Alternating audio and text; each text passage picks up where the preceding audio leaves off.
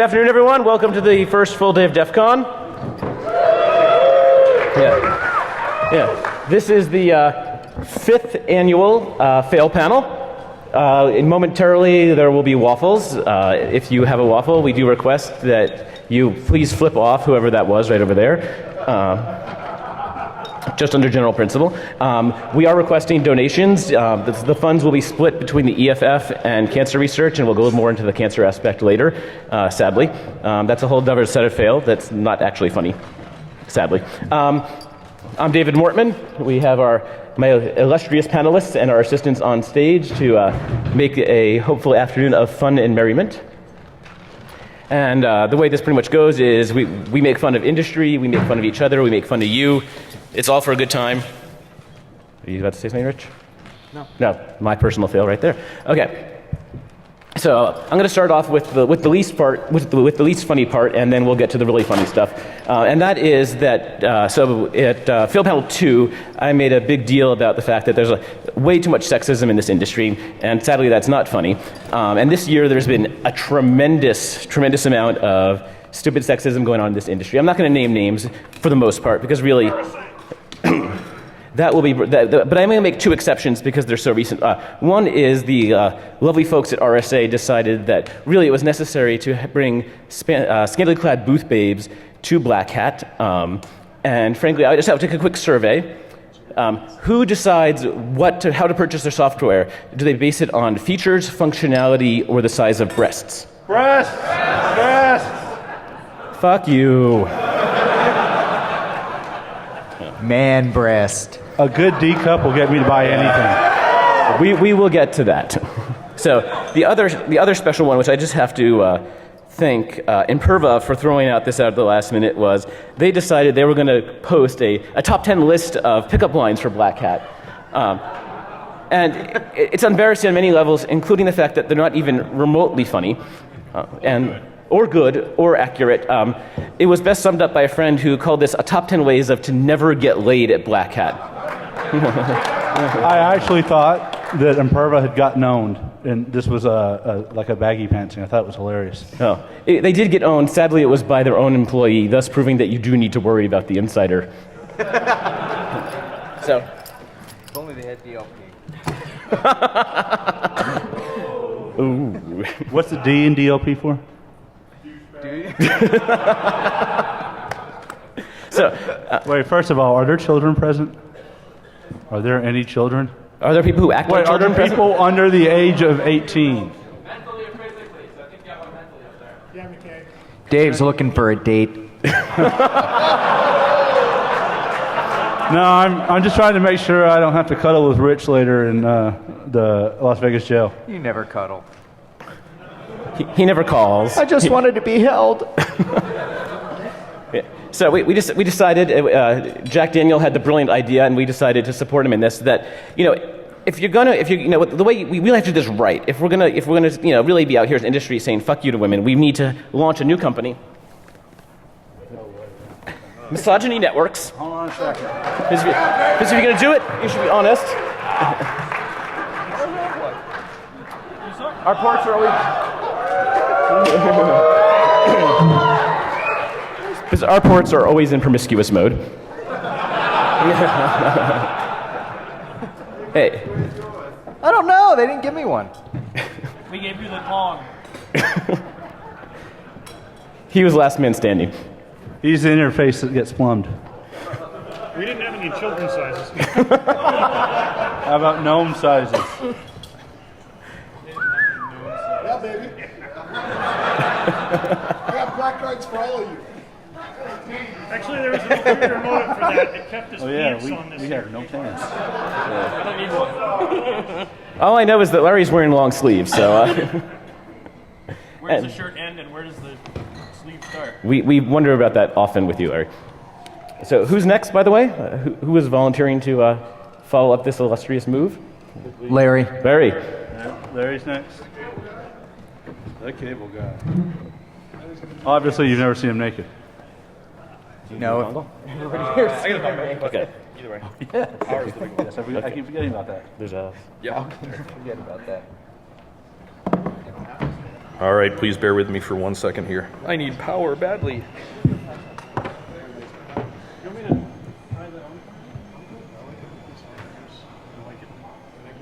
There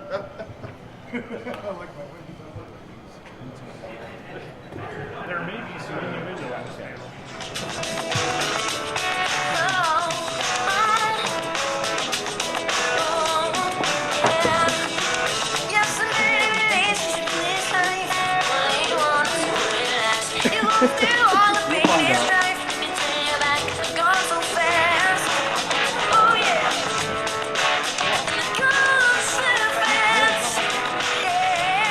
Is this called foreshadowing?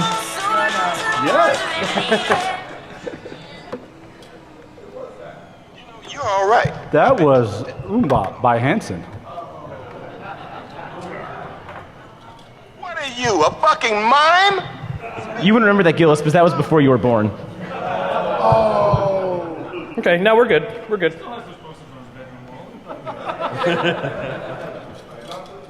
There we go. Ooh, beer.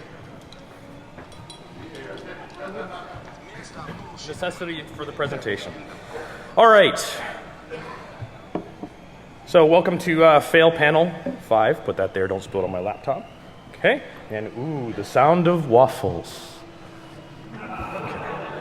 All right, so V for Vendetta. All right, my name is Larry Pesci. I'm a senior security consultant with NWN Corporation. Spent a long time in healthcare. Did a lot of penetration testing, all that type of stuff nowadays. Authored a couple books with Singris and the co-host of Polycom Security Weekly. You don't care about that crap because, well, we're not here to talk about me. I was wearing earlier my Cancer Sucks t-shirt. Okay, cancer sucks. Thank you very much. Not funny, but don't worry, we're going to not harsh your buzz. This year we lost a very close family friend to pancreatic cancer. And as you well know, we've lost a couple of other folks this year, most notably recently Sally Ride and Steve Jobs, whether you love them, hate them, whichever. But pancreatic cancer is a really big deal, and it's very underfunded from government for research. So go over to pancan.org and offer your support if that's what you're into. And no more downers. Let's go have some fun. All right, so I've spent the last 2 years, quote, in the trenches doing penetration testing, vulnerability assessments, physical assessments, all sorts of good stuff, definitely related to my interests. So I thought about, what am I going to do for the fail panel? I haven't done any research. Where did I find the fail? Okay, so I remember this quote from Marcus Ranum, and you notice the little brackets around the quote. And basically the quote is summarized as an industry, security industry, we have everything we need to secure our systems, but we're just too damn lazy to do it. Okay, from Marcus Ranum. And well, the first fail is I can't find the goddamn quote anywhere. Have you heard of Google? Yes, and I don't even really know what the quote is, so that's why it's summarized in brackets. But Marcus Ranum has this thought that, yeah, we have everything we need in the industry to secure our systems, we're just too damn lazy to do it. And I thought, well, all right, yeah. So I go do pen testing and all this type of stuff, and, well, spend 2 years, and in 2 years, there's one customer that I haven't been able to break into. Okay, that's interesting. All right, so I'm going to challenge Marcus to a duel. Okay, do we really have all we need, or are we just really too lazy to do it? I'd argue maybe a little bit otherwise. And I'm going to show you some examples of some of the things that I've seen over the last couple of years that really make me question why. Okay, so fail number 2, challenging Marcus Ranum. Okay, yeah, maybe not such a good idea. Okay, Ultra Super Happy Fun Ball does not meet expectations. Hopefully this panel will.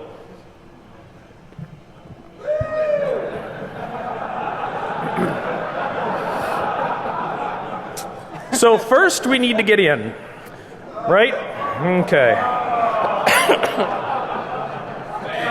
Fail. All right, so before we can start doing the test, we need to get into the facility. Don't drop the soap. Okay, so step 1. Let's say this is the door to your office. Your corporate office that you've used the shared entrance for the multi-tenant facility with no guard at the elevator, and you come off the elevator, and here's the front door to the office. For a bank, corporate headquarters. That's a bank. That's a bank corporate headquarters. Yeah, lots of glass on the front door. Lots of nice padlocks from Home Depot, Schlage, thank you very much. Lots of glass. There were no obvious cameras or alarms that I could see, so that one was really easy for us. By the way, these are all stuff from actual customers that I've been on in the last 2 years. Yeah, they don't know I'm telling you this stuff, but now if you can figure out who it is, it'll be a different story. Only it weren't being recorded. It's okay. I don't mention any names. Nice. So it's almost as bad as our security guard asleep here on the couch, and this one actually was not from the same bank, but it is also, ironically, from a bank. Okay. All right. So we all know about tailgating, right? You wait for someone by the door, they open it up, and then you follow them in, right? Great. So we sit in the parking lot and doing a physical assessment, sit in the parking lot, do the, observe folks' badges so they know what they look like, spend about an hour, looking at the door, observe patterns, you name it. And then we run into craft time because I don't have a badge. So I need to make one. So I sit in my truck with my Leatherman and a CCDC piece of paper that I flip over, and had stolen my daughter's box of 64 Crayola crayons earlier, and create a badge that looks really bad out of crayons and paper. Enter craft time. Yes, so fail number 4. This works really great for aerospace contractors, and I spent an hour in the facility with this badge after tailgating through the door.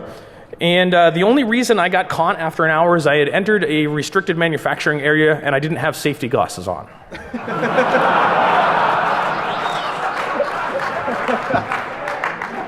So it turns out it even gets a little bit better, because the first time I tried to tailgate someone in, I got denied. And I turned around and went back to my truck and waited another 20 minutes for someone else to come in. The first time I got denied, I was almost 3 hours from home.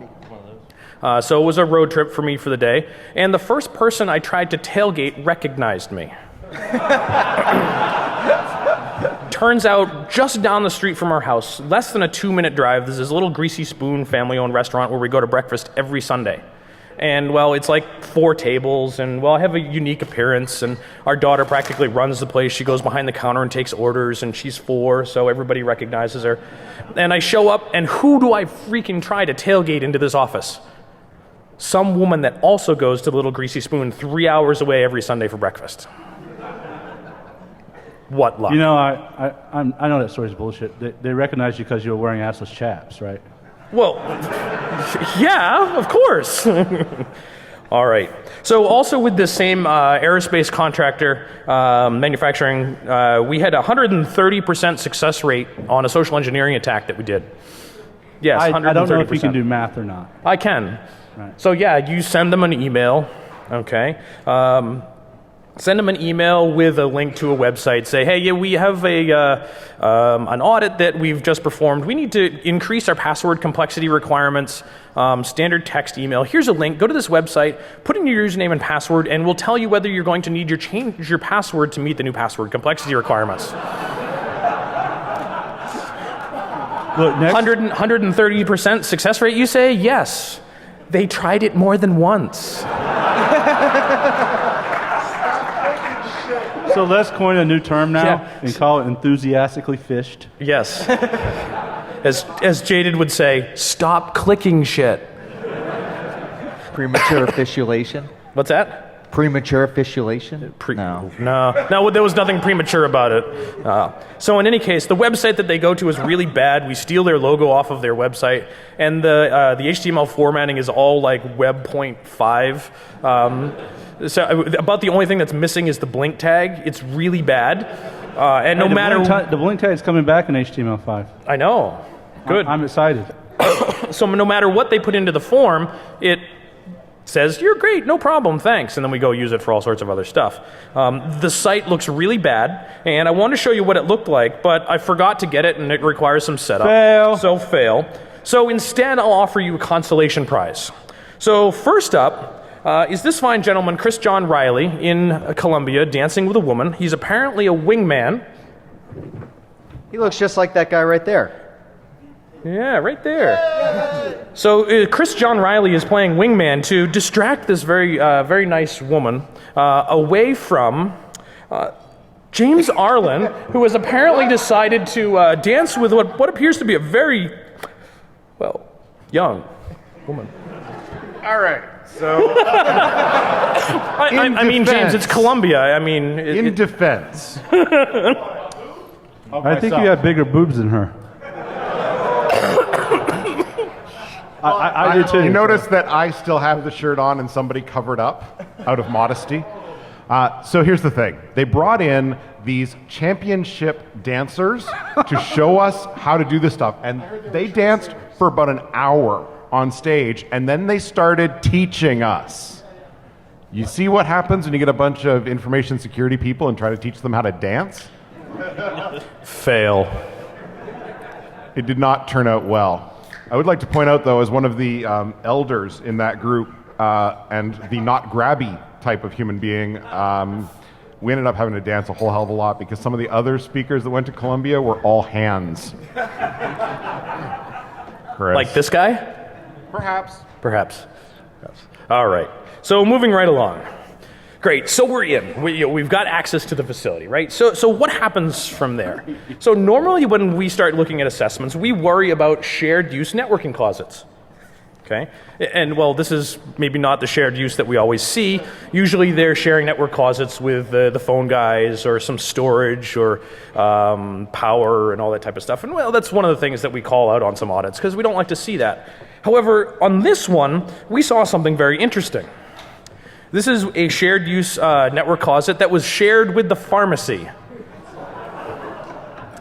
And you'll notice on the right-hand side, there's a set of metal shelves, and there's some blue bins on the metal shelves. Yes, atropine.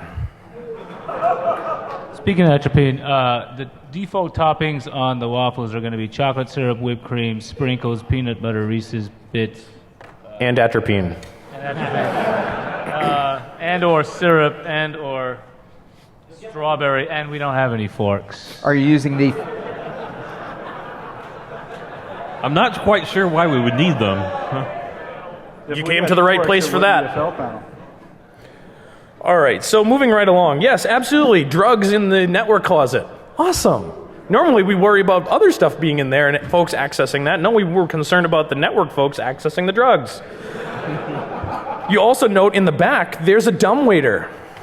There's more than one way in this room, one of them without a lock. You have to be really small, however. Needless to say, I couldn't fit. Do you think we could get rich in there? I think we'd probably not. Have you ever seen an atropine overdose? Well, yeah. Well, all right, you have. Not yet. Not yet. The day's young. Don't try the waffles. No, I mean it's okay. It's okay. All right, so I've always made some jokes about, well, we've got some other ways in, right? Well, you go and put wireless in your environment, and well, wireless is like running Ethernet to the parking lot. Well, what happens when you really run Ethernet to the freaking parking lot? You win, of course. You win, of course. Look, Yes. Here's the problem. We as security experts keep telling people over and over again, don't use wireless, it's insecure. And when somebody comes up with a solution that's not wireless, you pick on them. Yeah. What's up with that? So yes, there's definitely a need for running wire to your parking lot, Ethernet to your parking lot. For example, in this particular example, and the other one that I saw, you have radiology and CT trailers. This equipment's really expensive for hospitals to buy, so they rent or lease it. It comes in like a motorhome, and they park this motorhome at a loading dock. And of course, these images that you're taking with this stuff are really large. Each study is somewhere between 1 and 7 gigs, and doing that over wireless is nightmare. So they either use a 1 or 10 gig wired connection to the trailer and power and all that stuff. So you've got to have wired Ethernet to your parking lot. But why do you need to patch them down when they're not in use? Okay. Problem. The first time we did this and found one of these boxes, it wasn't locked. The problem is that box was directly across the street from the police substation. So I'm sitting there trying to break into someone's network surrounded by cop cars. I was, needless to say, a little nervous. Just like your prom night. Just like my prom night, yes. But Dave, I was trying to break into your place. I was trying to break into your box. Ooh. So speaking of breaking into boxes, Note that this Ethernet jack is placed inside of this uber secure, nice, high tensile strength plastic box. Well, we don't want to break our customers' stuff. We probably could have dealt with this with a nice swift kick. Instead, we spent 60 minutes or more trying to pick the damn lock right by the employee entrance at lunchtime without badges, looking very similar to this. We got a couple of interruptions, mostly on the line of we used Jason Street's ultimate social engineering when you're someplace when you're not supposed to. Hey, how you doing? Doing good, thanks. And they keep walking. Not a single question. Did anyone offer to help? No one offered to help. They felt that we were struggling enough, apparently. We never did get the lock open. It was a little rusty on the inside. It had been exposed to the elements for quite some time. Look, do I really even need to say anything on that one? Fail. But it gets worse, or better, because we didn't even need to open the lock because you just take the plastic pin out of the hinge. So wait a minute. You spent 60 minutes picking a lock? Fail. Yeah, we spent 60 minutes trying to pick the lock, and then after about an hour realized you just pull the pin out. And it came right out. Leatherman, pull it right up. Done. And then you use the lock as the hinge. Yes, and the jacks were all punched down, and you notice that there's some black bars on there. Yes, all the telephone numbers for the phone jacks were all labeled nicely, and it even had the IDF and port number labeled on the outside of the box, so we knew right where it was going. Thank you very much. All right, so yeah, how about real wireless instead of the fake Ethernet kind? Yep, we did some work for a facility, showed up at the facility, sat in their lobby at midnight, and cracked their WEP network in 3 minutes. Yes, WEP. And when confronted with it the next morning when I was at the client site to do rest of the on-site work, said, hey, by the way, you might want to fix this. Oh, how do we do that? Well, let's go log into your single Cisco access point and I'll help you. Oh, but we only use this for executives when they have a meeting in the meeting room next door. Uptime. 8 months, 28 days, and 6 hours. That's a really long meeting. So turns out we changed it over to WPA2 pre-shared key was the best that they could do with the equipment that they had and do it right then. And they have one access point in this facility. It was WEP, and we found it, and we broke into it. And now we're going to help them fix it the best way they can. And not 5 minutes goes by, and one of the executives comes over with their iPad and said, I can't get on the internet anymore with my iPad. They don't support iPads. Yep, so, okay, fail number 8, I guess, 7A. All right, so this one was lots of fun. Okay, fucking win on this one. All right, so SSH, doing some assessment for a customer, find that they have SSH available to the internet. We're able to determine that when you SSH to this box, you're actually SSHing through their firewall right to their core switch. Cool, right? Fucking win. Okay, so the problem is it's SSH password only, no certificates, all that good stuff. They actually used a halfway decent password. Okay, we tried some password brute forcing against it. It didn't work. So we finished looking at the port scan results and found that HTTP was open on the box, unauthenticated. And you navigate to the IP/level 15. And sure enough, you have level 15 web interface access to the box. Yes. Now you go and create a user, and now you've got SSH access. So we use that to set up a GRE tunnel from their internal core switch to a switch that we had in our office, and we turned the external pen test into an internal pen test in my jammies. I didn't even need to get out of my pajamas. Okay. I know. So thank you, Internet. Welcome Jack Daniel to public transportation. He'll be your guide. Okay. It's not really Jack, but yeah, I like to think it is. It's at least that's how I think of him in my dreams anyways. All right, so the biggest fail of all. Anonymous. Boy, that got really quiet all of a sudden. Oh, no, wait, I'm sorry. Anonymous FTP. Sorry, my bad. Yeah. So we were doing some work with a Fortune 1000 company, discovered that they had an FTP server accessible from the internet. Sure enough, anonymous FTP. And they've got directory listing turned on and all that good stuff. So we start poking through, and we get about 3 levels deep, and we find a backup directory, and then there's a bunch of stuff in the backup directory. And sure enough, they make a bunch of stuff. And in that, one of the backup directories for engineering included all of their intellectual property, all of their product formulary, and all of the procedures on how to put the stuff together. Winning. Yeah. So now wait, you're against backups now. Oh no, I like backups. It's for later. It's for Good Lord. It's for later. So says your mother. Okay. All right, so fail number 9. All right. So MS-08-067. When I see this, I don't even have to pop the box and I start my ponage dance, right? Okay. So how many of you guys have a ponage dance? So when you pop a box, you do a ponage dance? All right, I have a request. Stand up and let's see it. Come on. I think there might be beer or waffles in it for you. Nice. All right. So you've got your ponage dance down, right? If you don't have one, you need to start practicing and find one. Okay? Because it's the only way some of us schlubs get exercise. Okay. Yeah, so we go on an internal assessment, and these folks have got about 475 internal hosts. And this is the result. Number 2 critical from Nessus is 122 hosts vulnerable to 08-067. So 120 ponage dances later,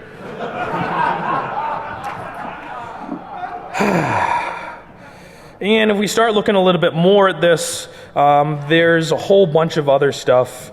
470 out of 475 or so internal clients with MS-12-020, the RDP vulnerability for blue screen of death. Yeah, they had a really bad day in the office. Okay, so fail number 11. MS-03-039 was in that list.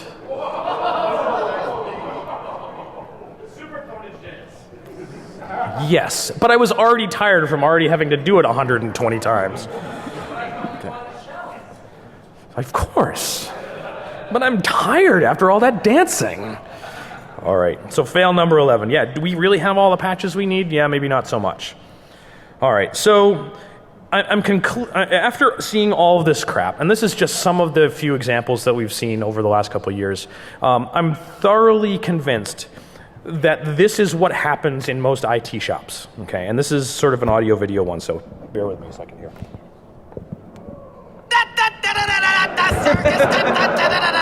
Afro circus, Afro circus, Afro polka dot, Afro. Circus, Afro circus, Afro circus, Afro polka dot, Afro. Circus, Afro circus, Afro circus, Afro polka dot, Afro. Circus, Afro circus, Afro circus, Afro polka dot, Afro. Circus, Afro circus, Afro circus, Afro polka dot, Afro. Do you think I've watched that a couple of times? By the way, this goes on for 10 minutes. Can you survive? Yeah, go to YouTube and search Afro Circus, and there's a 10-minute video of this.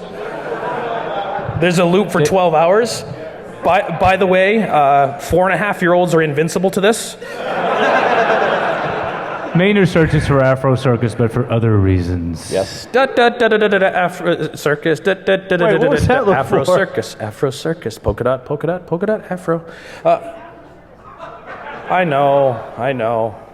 Fail. In any case, I do hope I've finally been able to plant an earwig so that I really hope you enjoy singing that for the rest of DEFCON 20. Circus, Afro Circus, Afro Circus, polka dot, Afro. My daughter will be so happy. Okay. You still need to see your dance. I did it. Want to see my ponage dance? Yeah. That's it? 148 more to go. Yes,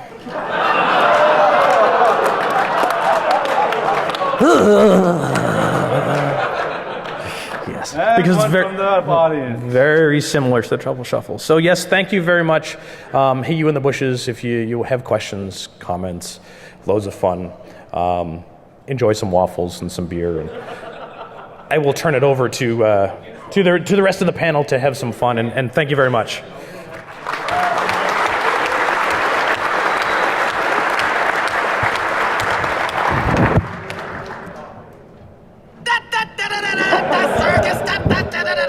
Afro circus, Afro circus, Afro polka dot, Afro. Who's next? Circus, Afro circus.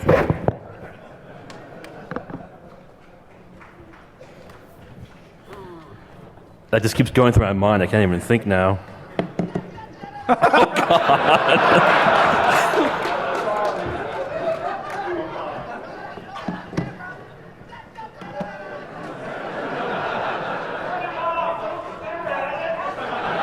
It's hypnotizing. The zebra doesn't have a penis. Kill it with fire! Where's the penis?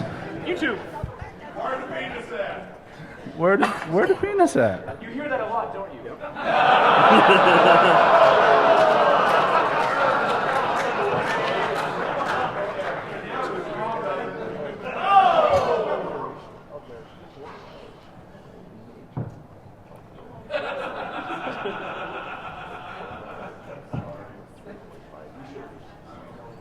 Yes, yes you are.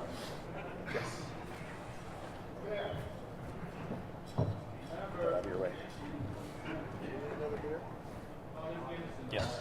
Good Lord, back fat. Remember, EFF Ross cancer sucks. I mean, I've got nothing to complain about, but it's just unexpected.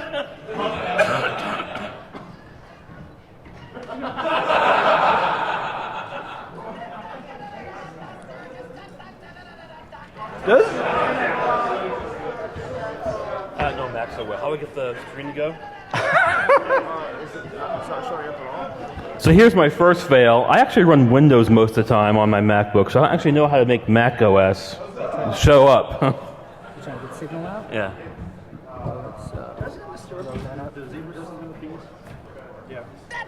So, as we're trying to raise money, I want you to think about one thing. How much would you pay to not get a lap dance from the girls of misogyny networks? I accidentally all the money.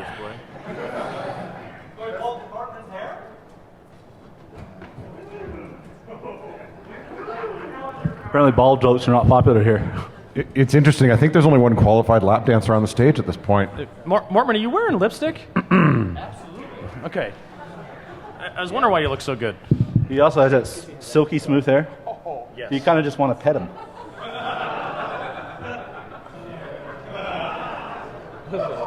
Something goes. If you squint, he looks like he has a makeup. Not like James over here with the C's.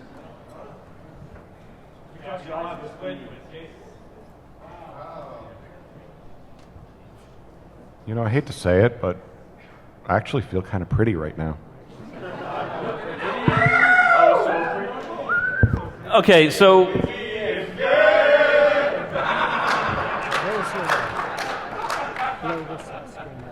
There you go. It rubs the waffles on the skin.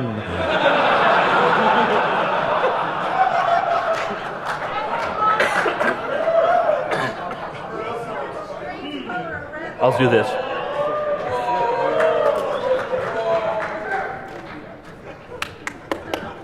Rob Graham, everybody. He got his slide deck up. So, by the way, I keep seeing this hot chick out of the corner of my eye with long hair and a pink shirt, and then I keep looking over,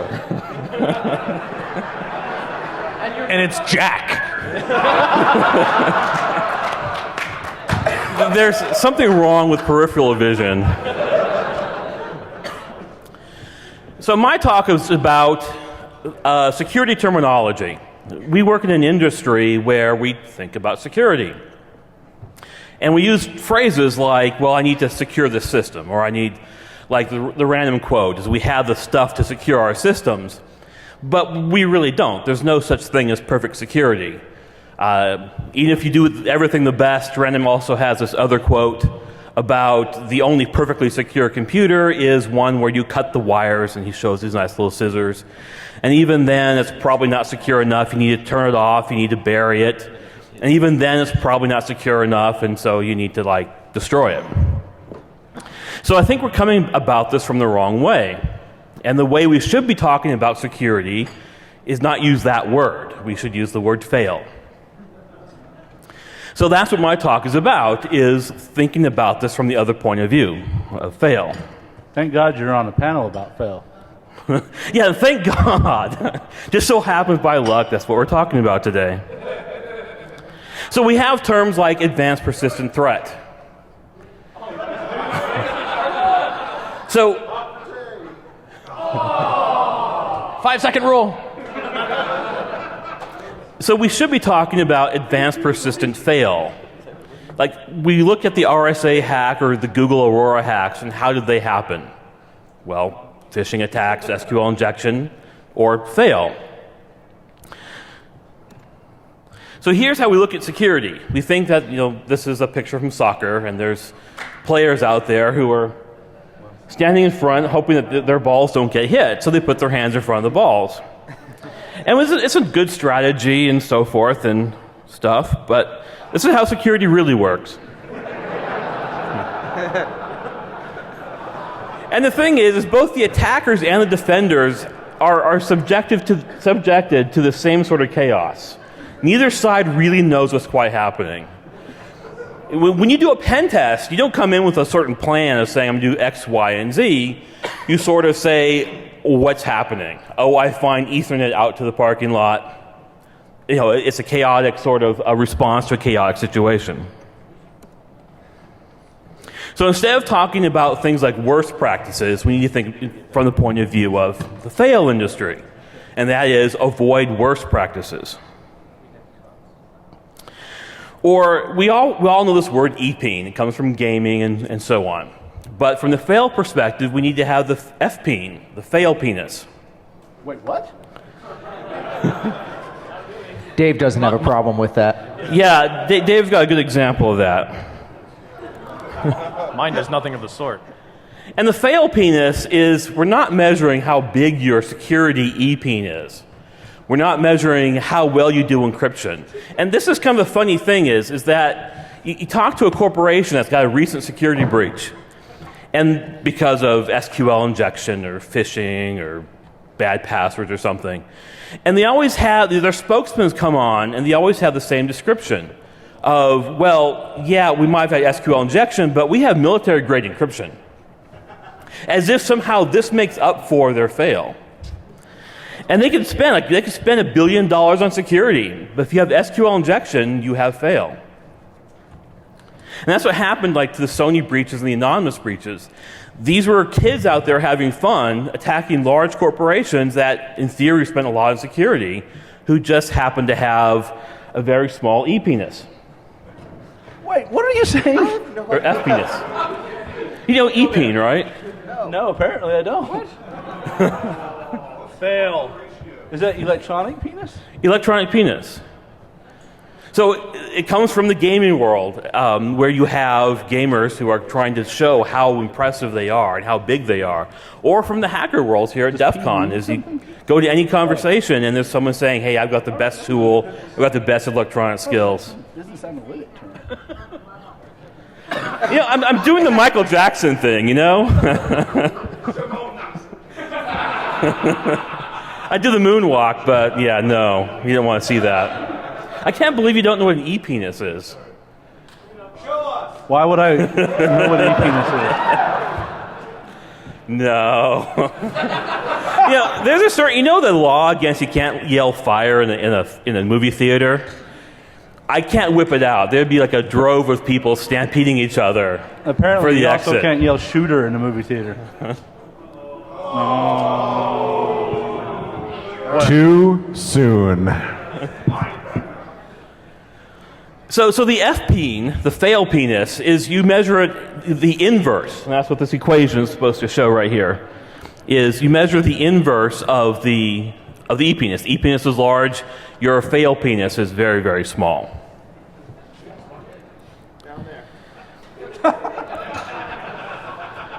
So when a large corporation gets hacked, the next time a military contractor gets hacked, or the next time... It's a donation. Okay. Remember, we're doing this for Take it off. donations. Okay. Somebody out there wants to see Bob Graham topless. So the next time a military contractor gets hacked, like a Lockheed Martin or whatever, we need to talk not about their security, but the size of their e-penis. Or the other F-penis, sorry. So many penises, you can't keep them straight.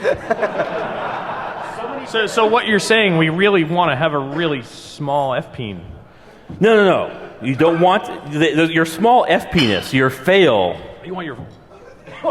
The size of your... You want to have big... You want to... It's the inverse size. Remember, you paid $200 to sit in this room You know, and listen I'm to this trying- right now. You know, Where do you begin measuring the F-peen from? Is it from the balls or the taint? By balls, I mean the spherical fell. From the anus, of course. Or from the anus. Right. Hey, Dave, you get to chug the first glass of maple syrup, by the way.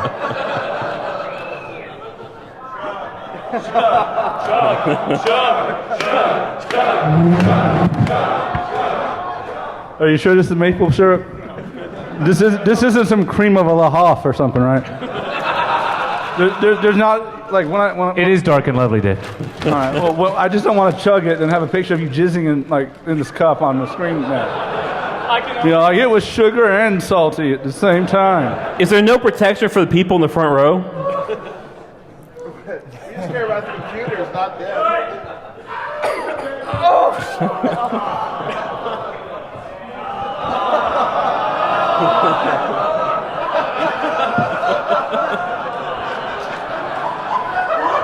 Smooth. I can't swallow. I need some help up here.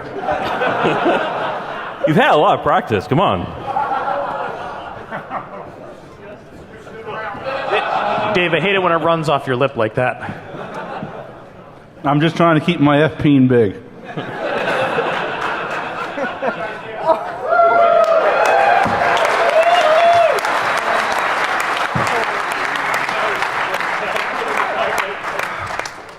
Chew it, come on. All I gotta say is if Hop did jizz in that, he probably should see a doctor.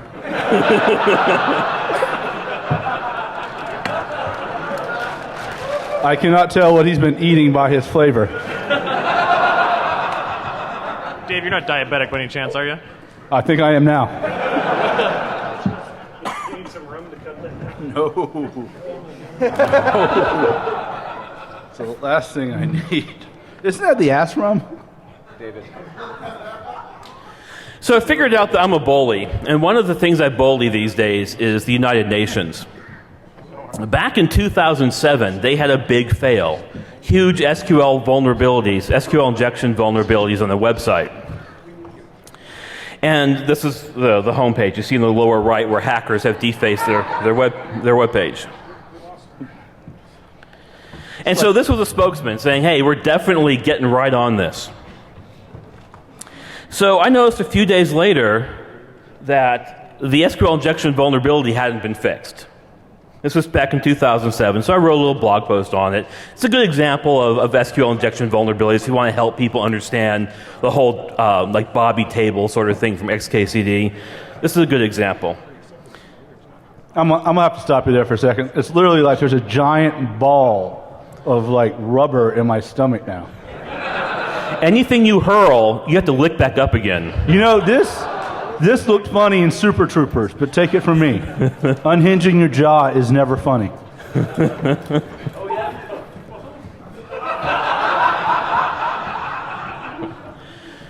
So in 2009, 2 years later, I happened to be on the UN website. And so, of course, as usual, when I'm typing in the URL, my finger slipped and I hit the quote key right before the return key.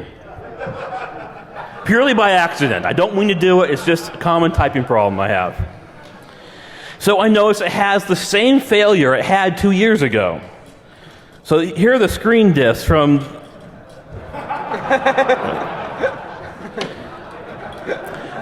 So they were getting right on it, but at sort of UN speed, I think. At the speed of peace. But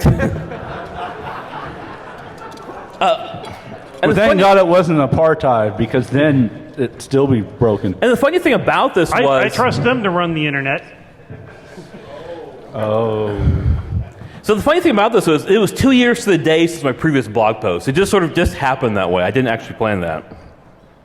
But in 2010, I did plan about it. I said, okay, it's August. I need to go take a look at the UN again and see if they fixed the problem. And indeed they had. That URL, it no longer worked. My injection no longer worked. But they had a little print. Wait, does this mean your FPeen was big or small? I can't keep it straight. Well, I'm trying to laugh and say it's small. It's the inverse. That was the whole idea. The 1 over is your inverse of... Math jokes at DEFCON, really? Yeah, they don't work. So that's a fail. So in 2010, they had fixed that URL, that SQL injection. But they had a print icon. So I hit print on that URL and then added accidentally again, not on purpose, the quote character, and then got an SQL injection. So they'd fixed the one problem I'd blogged about, but they hadn't fixed really pretty much anything. So how long have you enjoyed being a cyber terrorist? Doesn't enjoy it at all. Enjoy it all. It's just work, work, work. So in 2011, I didn't get around to checking it out. But some hackers did for me. They ran, I don't know, Burp Suite or something against the site, and they came up with a whole list of SQL injection problems. So as it stands today, after 5 years, the UN have not fixed pretty much anything. They're still vulnerable to SQL injection. If you want to go have fun and deface a popular website or a well-known website, it's a great little target for you. Not that I'm recommending it, but sometimes our fingers do slip when typing in URLs. By the way, a quick announcement. So we are taking donations for our 2 charities, for cancer and for the EFF here. There's a couple of cases of beer down there. There's no relation between the two. But I would just like to express that we are taking donations here for our 2 wonderful charities, and that there's some beer over there. And, well, anyway, that's just kind but of under all I no wanted to say. circumstances would we ever sell you any beer. I want to make that clear. This brings up a funny thing. Because selling beer in a casino is illegal. But we're taking donations here. There's a couple cases of beer down somewhere in the room. Poorly protected. Whatever. Yeah, so. This brings up an interesting thing I found about Rich's family, actually. I was on genealogy.com for some reason looking up Rich Mogul. It turns out his grandfather was a bootlegger. I don't know if you saw that on there, but I actually have Jewish mafia connections. For real. You got to remember, though, peeps, Canada saved you from prohibition. You're welcome.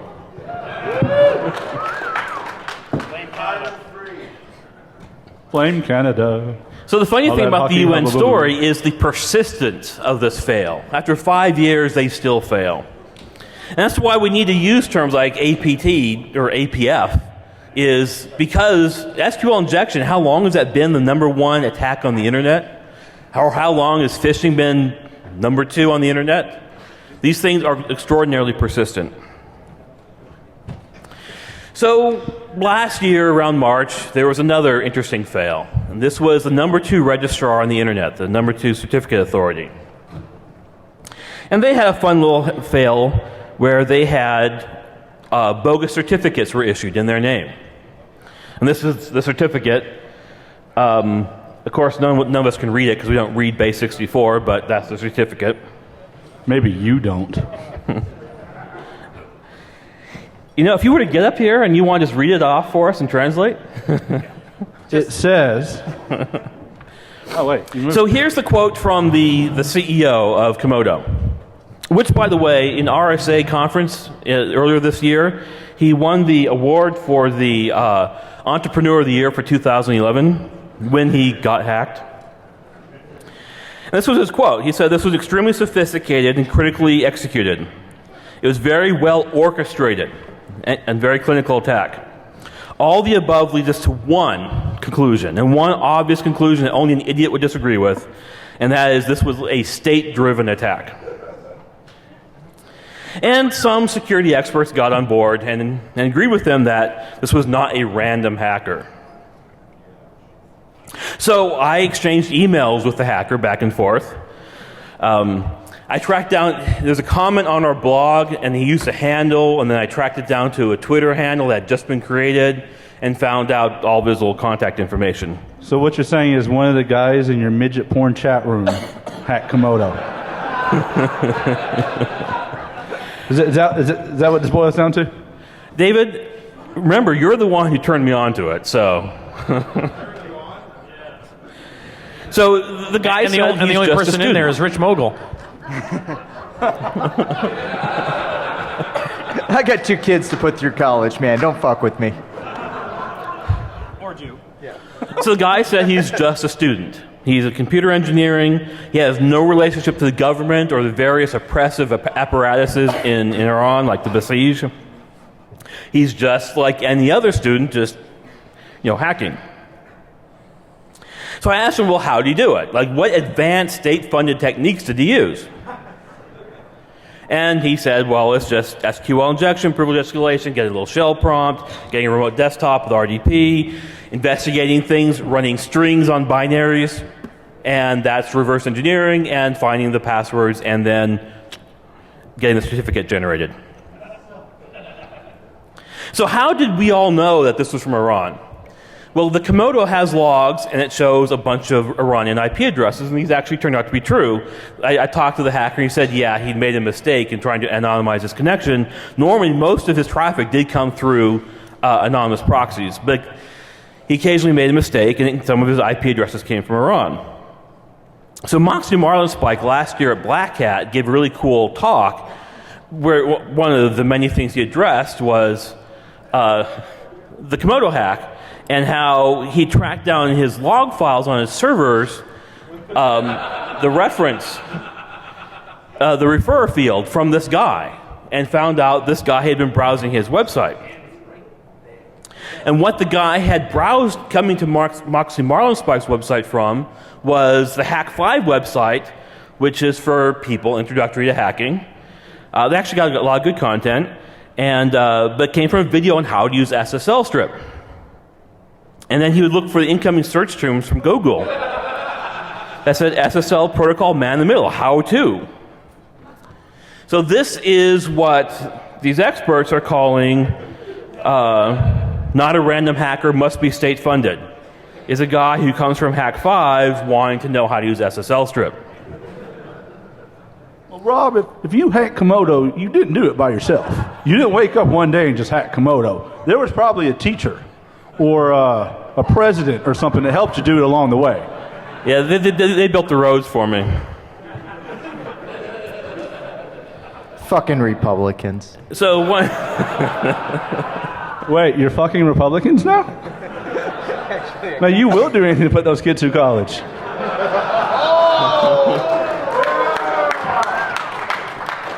And what a noble cause that is, too. So not all experts were on board saying this must be a state-sponsored attack. So in this case, there's a quote from a guy who said, every breach is sophisticated just like everyone is special, which I thought was a really good quote.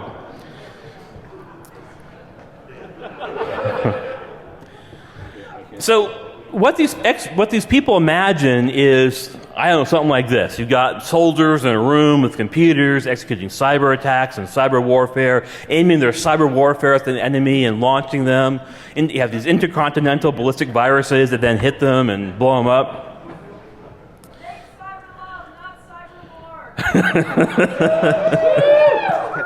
Not a problem.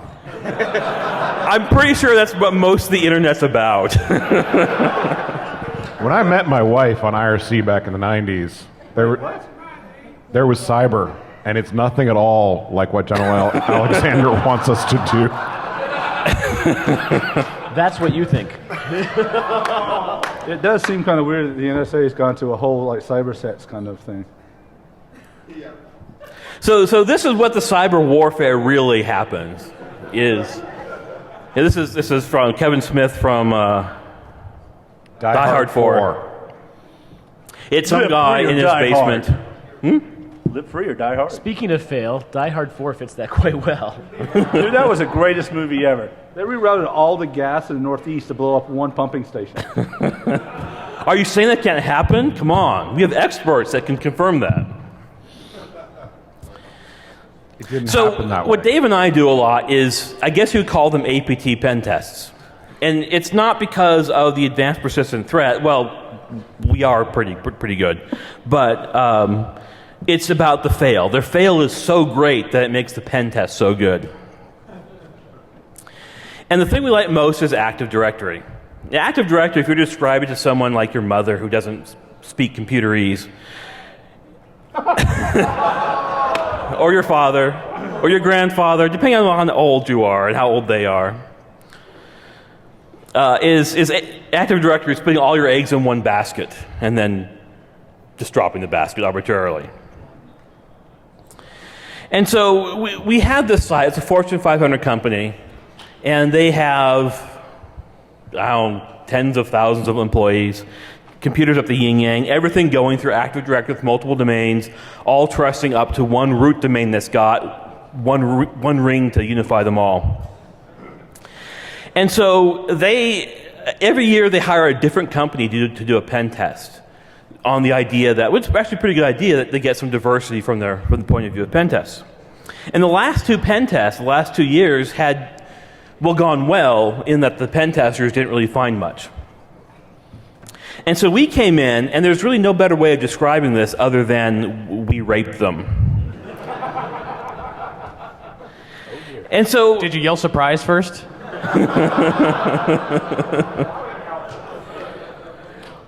And so, when you think of SQL injection, you think normally of like going against their main server, their main website. And we just used Maltego and found a lot of subsidiary websites that were only casually related to their main website.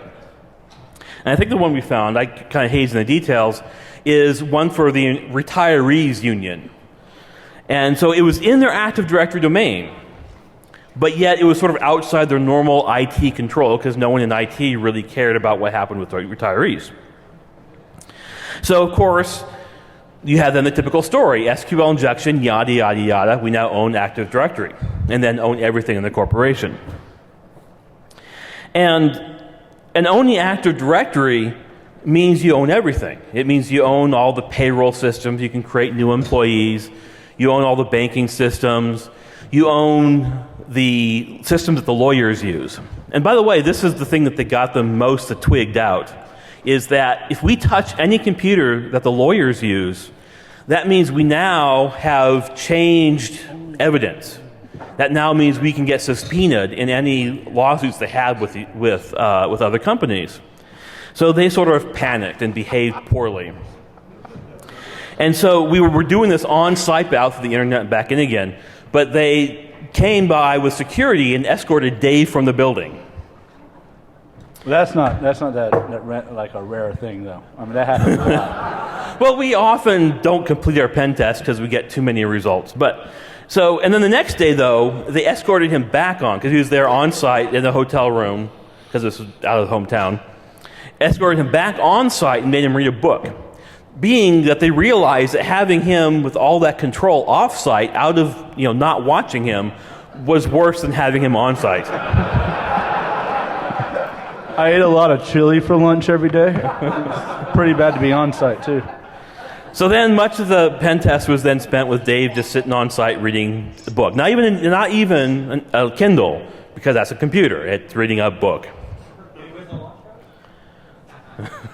No. 50 Shades of Grey.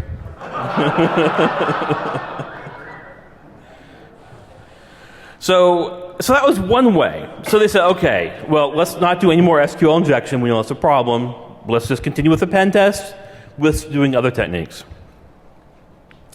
So we went and we took a Flash game. And there's all sorts of great examples. So you grab any Flash game and change the art. And so you change the art, like here's this Punch the Monkey is a common, well-known game. You change the art so it's the logo of your competitor. Their competitor. And then you change the logo on a flash drive being your own logo. So one might be Lockheed Martin, if that's your enemy, and the other one is Boeing, for example. And then you leave these around in the parking lot, and then people pick them up, and they've got the corporate logo on them, so they think, hey, that's a good thing, it's trustworthy, I'll stick them in the USB drive. That's how I get most of my dates. They then see this game, they load it up, and they run it, and they have fun punching the logo of the opposing company. And then they email them around, and we did stats. We had, when they ran the program, of course, we Trojan this little flash game, and we had stats figuring out where it came from. And it would be employees, wasn't the USB drives being the most common source, it was employees emailing it to each other, including to the VPs and the CEO. Who, by the way, approved this test, yet played the game anyway. Yes.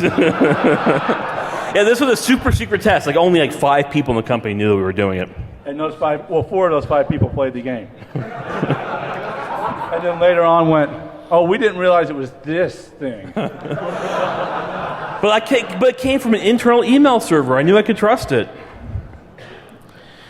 So then the yada yada yada own Active Directory, cut our own checks. Why do you yada yada yada over the best part?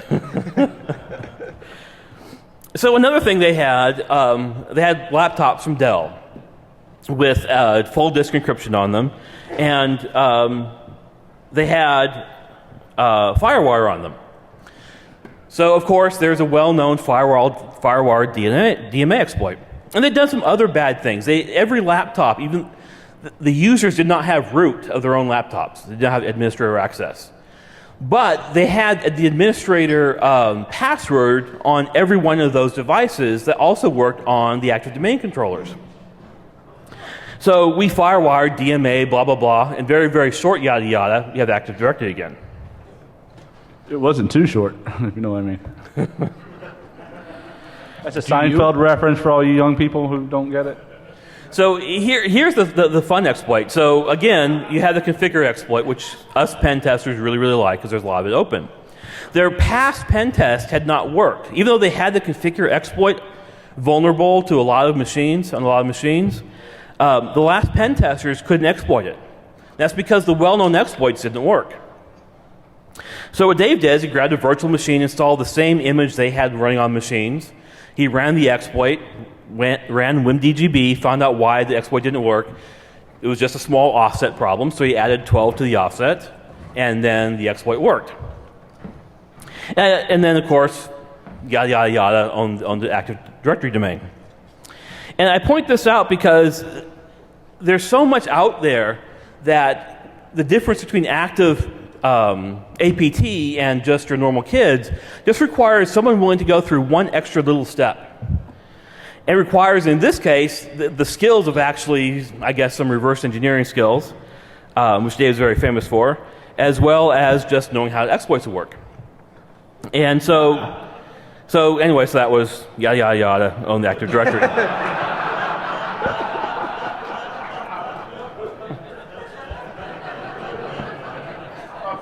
Pay no attention to the man in the skirt.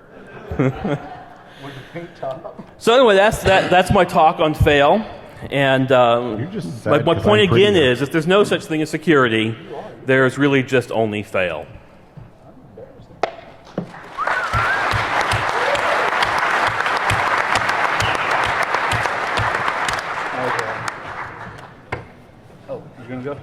Dave, you're going last. I'm going There's last. a reason Dave's going last. He has a ridiculously cool, awesome thing to show, and I'm embarrassed to be on the same stage. And he's even going to leave his pants on. Can I borrow somebody's Mac adapter? I left mine in the room. Oh, here you go. Go ahead and plug this in.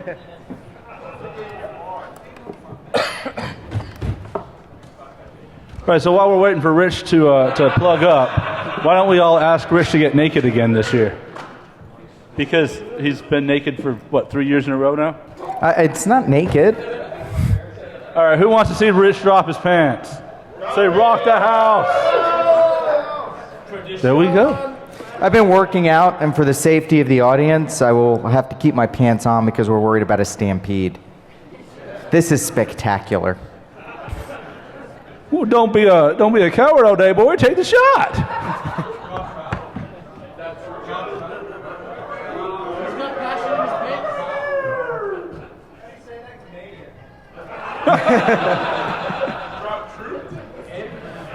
Drop the pants. Come on. Enjoy. Pants dropping. Marky Mark. If we can get $100 in the next 30 seconds in this bin. Wait, no. Gotta put it next to it so I can count. 20, 40, 60, 80. Ah, shit.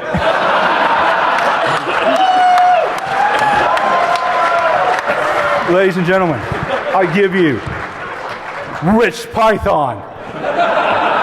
For the record, I believe I'm the only individual on the face of the planet who has taken their pants off at both RSA and DEFCON. We would like to thank Rich Mogul for removing his trousers in support of Hacking Cancer Research and the EFF. Is that a banana in your hammock, or you're just happy to see us? Admittedly, you a can little see more when I email? wear my cycling shorts on a ride, but whatever. That's literally called sorry. the management consulting post.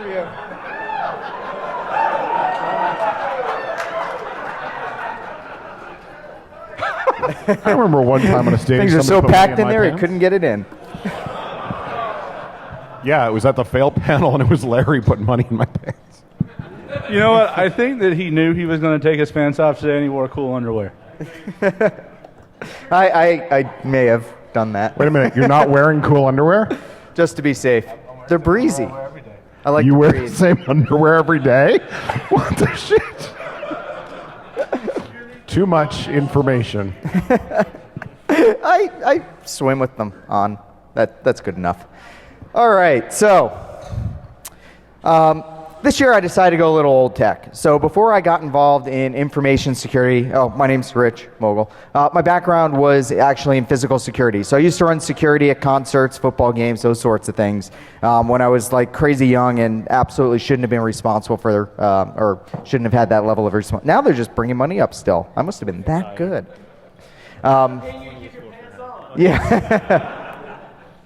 And, I spent a lot of time traveling. And one of the things that really pisses me off is for some reason I cannot bring this item on an airplane. Who's got one of these things? The little utility keys, you put it on your keychain, you bring it on. A friend of mine who's actually in the military was bitching about this because she, carries guns a lot and in war zones and everything else, and was in uniform. And she wasn't one of those cases where she had her M4 with her. She was just in uniform walking through and couldn't carry this little thing on a domestic flight. And so it got me thinking, well, if they're going after these things, what can we do about it? So fairly soon after these new rules were implemented, I found a way around that. Now, has anybody ever taken your bag and opened it up and it's all metal in the back? So all I did was tape it onto the metal, and that was fine. And I went through security and never had a problem with it until it fell off. Right, Rich, in theory, right? I mean, you're not trying to circumvent TSA security or anything. It's only illegal if you get caught.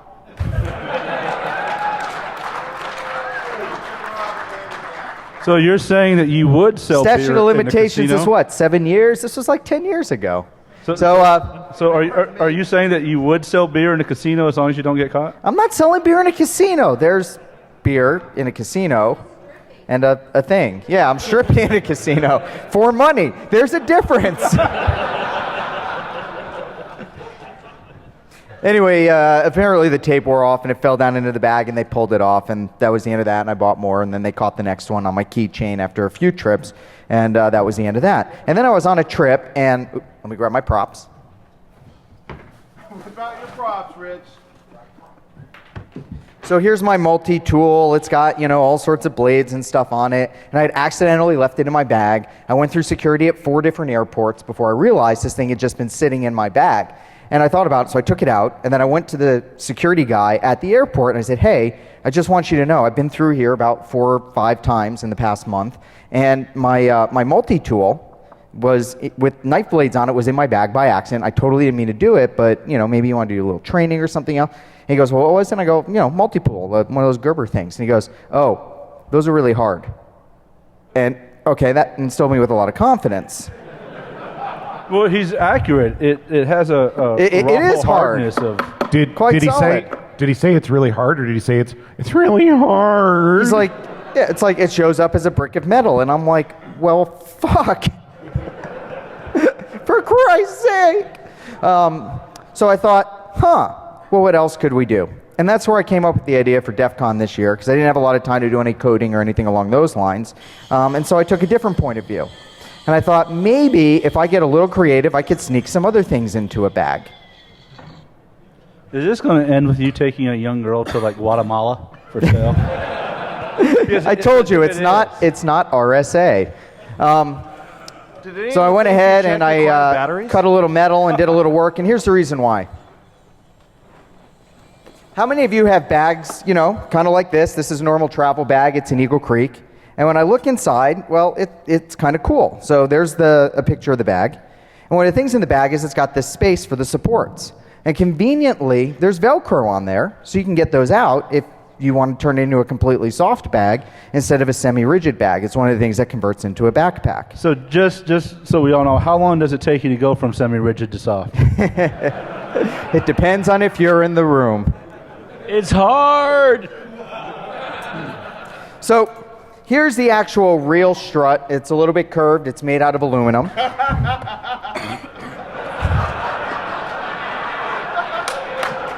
Insert Bill Clinton joke here.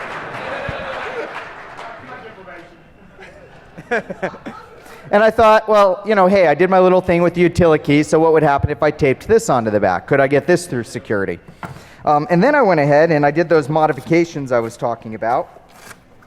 Oops, and it's totally slipped in. Oh, wait. Quick, get it before it's more than the tip. And I made some modifications to it, and put a bit of an edge on it, put a little edge on the tip. My wife was annoyed. She said, no, you got to make it look like a real sword. So I went ahead and I made a hilt. Do you hear that a lot there, Rich? Yeah.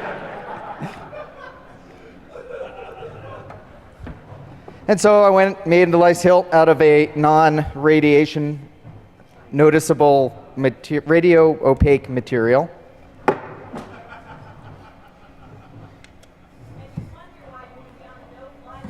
Going to be? And now I have a fucking sword in my bag.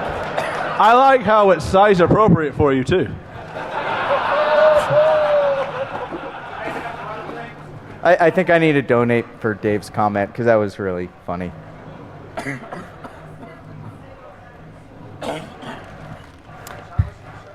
What?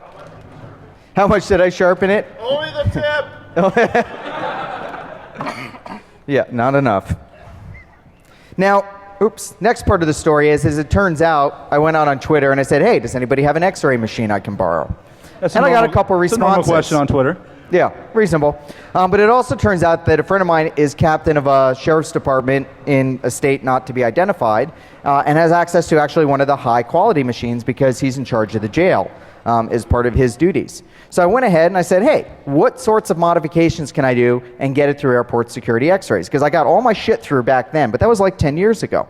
So this was kind of interesting. It turns out they have really fucking good X-ray machines. So let's take a look at what they've got here. You can clearly see this metal bar with the knife taped to it. You can see the back of the knife. You can clearly see all the other metal bars, and you can even see the individual blades on the multi-tool. And he decided to use this as a training exercise. He went ahead and ran it at a bunch of different wavelengths. And I've never seen these kinds of images before, so this is really interesting to me. Because how often do you get to run a bunch of weapons through the screening at an airport and get to go home and Depends just once, Georgia or not. Only once, just once, Rich, and you don't get to take pictures of the screen. You can see other thing. Anybody notice the other little thing hiding in there? There's no screwdrivers. So those are whatever knife blades. There's also one of these nylon knives you can see on there. So supposedly I thought, hey, that'll get through, no problem at all. And it's clear as fucking day. As they dig in, they did a little zoom action. You can literally, by the way, this is steel, not aluminum, like the aluminum bar that comes with it. So you can even tell the difference. The aluminum bar barely shows up on the X-ray, and the steel bar itself, you can still see through it, and see the knife blades underneath it. Yeah. So I thought I was going to get all this shit through. And he said, well, our one junior guy barely saw the hilt of the sword. But pretty much everything else, yeah. And as we go here, take a look at the multi-tool on the side. I don't have a laser pointer or anything, but you can see that it actually breaks down. You can see the, the little plier blades and everything else inside of that. You can see the nylon knife I put in there. You can kind of see the outline of the sword hilt in there. Pretty much everything shows up. And at the different wavelengths, you can actually go through and see a little more clearly or less clearly. So when you see him hit that button and it changes the color, I thought it was changing the colors, and what they're actually doing with the X-ray machines is they're changing the wavelengths so that they can actually go through and they can see a little bit more of what's inside there. And then he went ahead and Rich, yeah. Rich, can I interrupt you for a second? Of what you're going to? How did you get to Vegas? I flew. So how are you planning on getting home? Can I borrow your car? Yes. Yeah, checked baggage. Actually, I made one of my partners fly with Hey, Rich, did you learn about other techniques that prisoners use to smuggle? You can use those instead. Yeah. We're going to get there. I'm only partway through this presentation. Is there a live demo? There will be a live demo. It's getting a little thin up there. Can I help you with it? It's getting a little thin somewhere else if you want to help out. Literally, Rich Mogul just elicited Jack for oral sex. In case anybody missed that, that's exactly what just happened. I'm married, man. Come on. Joke. No, won't be married for long. Anyway, you can see all the images pop through, the different colors. When they do this weird black and white thing, you can see it all. So I thought that was pretty fascinating, that they can actually pretty much detect anything you can put up. Even the nylon thing really stands out. Now, the fail part of this is if I did look on eBay, and you can buy one of these things for about $20,000. Usually it's a used one from a courthouse or a hospital. So if you want to go ahead and buy your own machine and see how you can stack things to go ahead and get it through airport security, you could do that. And I'm pretty sure if you spent more than 10 minutes working on your project, you'd probably be able to come up with those sorts of things. But on the other hand, I got to give them credit. That stuff's not too bad. Now, the part of this is I have a fucking sword, and we're at DEFCON, and we're on stage. So I thought it might make a nice demonstration to show how sharp this thing is. Because the one thing is these struts, if I had sharpened the aluminum edge versus putting my own steel bars in, they wouldn't detect that. If you actually go ahead and look at the images, it's not like you can tell what the edge is on this thing. You just know that there is metal in the bag. So. Are we in the Gallagher show now? Does anybody know who Gallagher is? I think the plastic is to keep the blood off the podium. We have a sword, we have plastic, we have a grapefruit. Who's got cash? Anyone? Come on. This is your chance to demonstrate your ninja skills on stage at DEFCON. Martin will sit next to it. Fruit Ninja. Fruit Ninja. We're not talking about Dave. Hey, Rich, why don't you just get naked again? That seemed to be a crowd pleaser. No one? Come on up. It's all yours. Woo! Wait, is he coming for the sword or for you being naked? There's a pin. Yeah, someone's like, is that blade going to come flying out and spear me in the eye? There's a pin. There's always a splash zone at the fail panel. We got a $50 donation. That is going above and beyond. What's your name? What? Dexter? No, seriously, a fucking Dexter, plastic and a sword?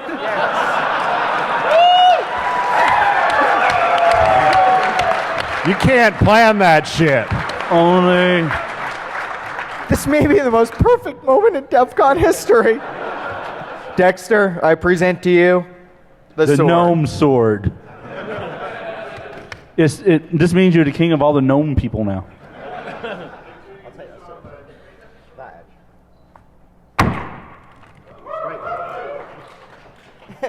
Shit, it worked. Yeah, go for it. Side to side, side to side. There you go.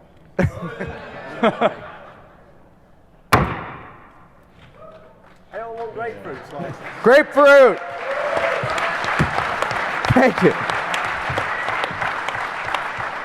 Anybody want to buy this and take it home? Because I don't. I don't know why. Hey, Rich, General Alexander, how you doing? Hey, do you think you can hide that in your anal cavity? We're getting to that. Presentation ain't over yet. Don't jump the gun, man. So, I was looking up things and I thought... always premature. I saw this article one day that the TSA took away Play-Doh. What does Play-Doh potentially look like on X-ray machines? Semen.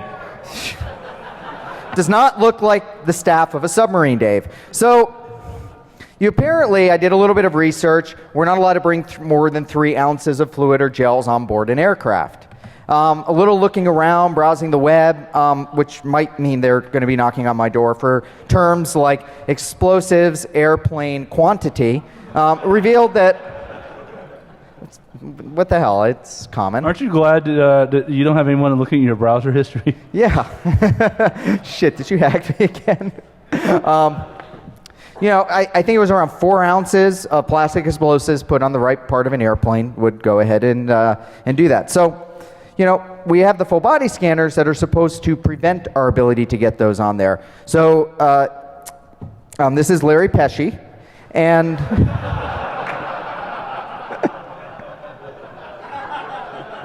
Not enough piercings. not enough piercings. Yeah, so we've got a picture of Larry there. Where'd my And go? I thought we would put this to the test. So we did a couple of things. Let me get the saran wrap.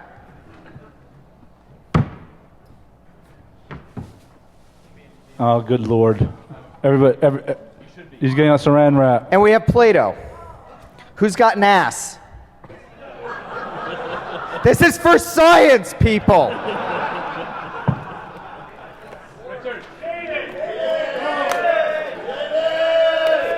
No. Jaded, come on up. No, he is an ass. Wait. Okay, the guy wearing the knit mankini doesn't want to have saran wrap wrapped around his ass and the Play-Doh shoved in. This is an external experiment. Yeah. If you want to see the internal, go to Hacker Pimps later tonight. Hey, Rich? Yeah? Don't click shit. Okay. So wait, you just sit around all day at home thinking this shit up? What do you think an analyst does? I get bored. Oh. Okay, off with the bra. We're going to put it under your boobs. Yeah, baby.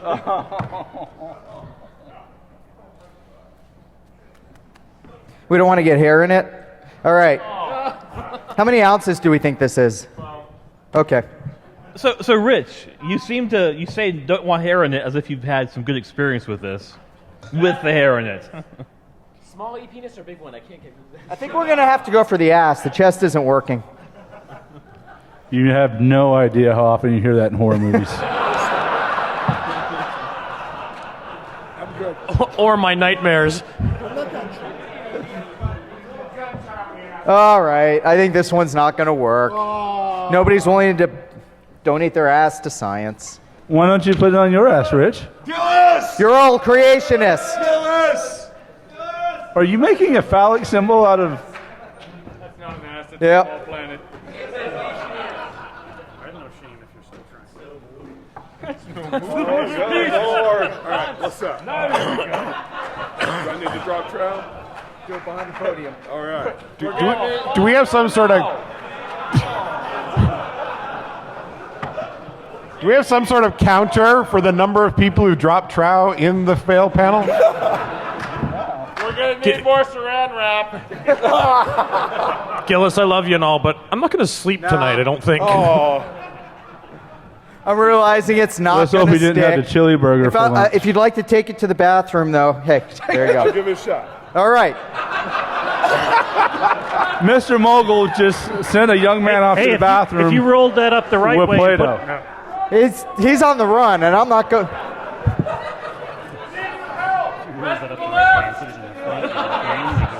He's a little too excited for that, and I'm wondering if he's going to come back.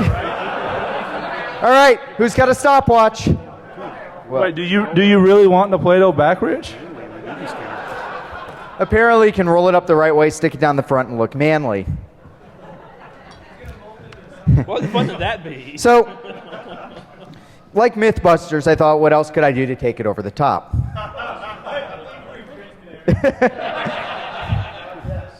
And I thought, what are the odds I could get a rocket launcher on an airplane? Maybe not that. Are you, Rich, in fact, a member of the NRA? No, I gave up. They got all nutty on me. I used to be. And I'm a liberal. So, what I realized is that if you look at a model rocket, it is made of no metallic materials. So you have a cardboard tube. You have now plastic or balsa wood fins, which can be removed and just stacked together so they don't actually look like rocket fins. They just slide right off, depending on which models that you buy.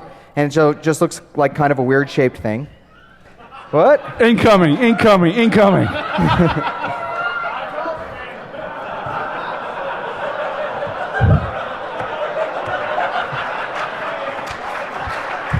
What do we got? Come on up. How much did you get in there? I mean, on there. I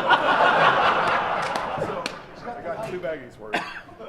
2 baggies. Shit.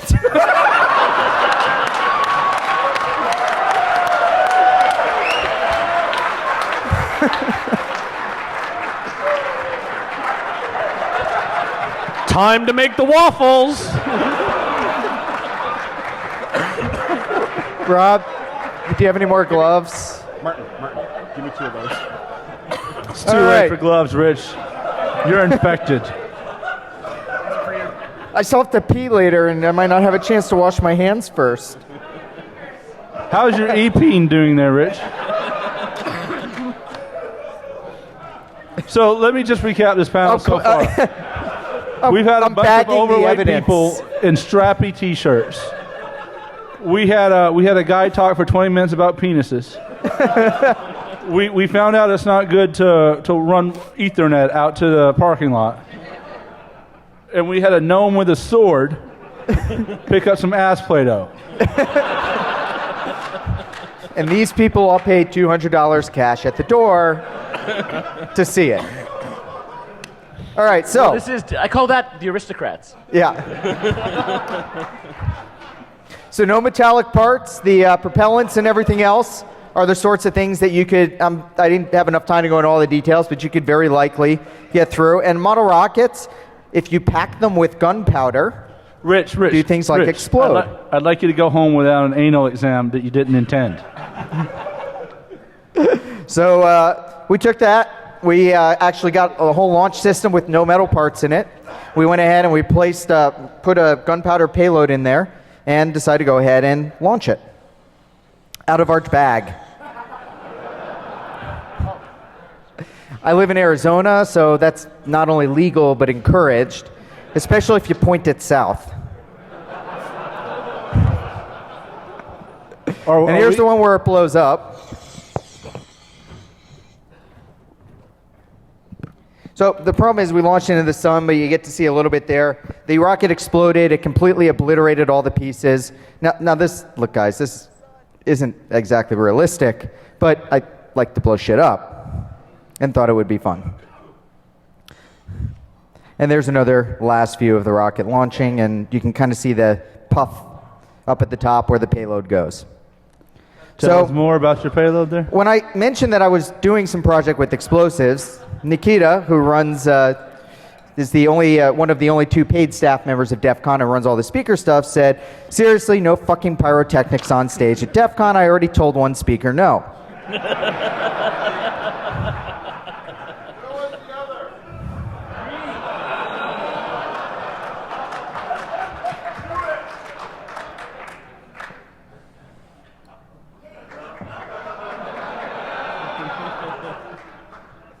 I will give you $1.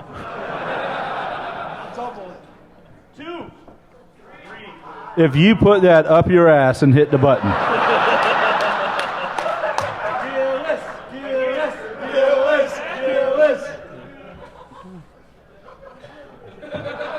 Do you, Rich Mogul, have hemorrhoids right now? What the fuck is he doing now?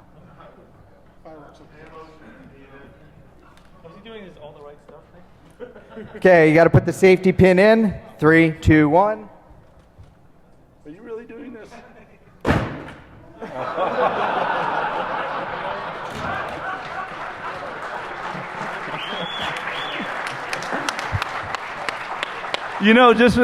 This panel was so bad. For a minute there, I really thought you were going to set off a rocket.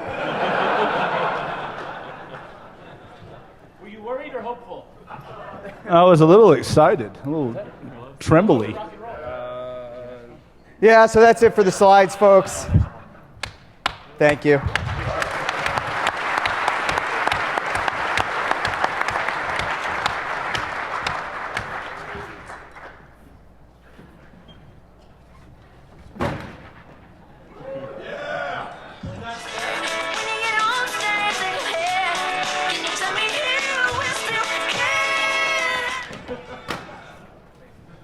It's coming, Rich. So, I don't know who's next, but I have to wash my hands. Rich, it doesn't matter how hard you scrub, the feeling won't come off. Would you mind using the gloves to close your laptop and remove it? Because you touched it. Yes. I don't know whose that is.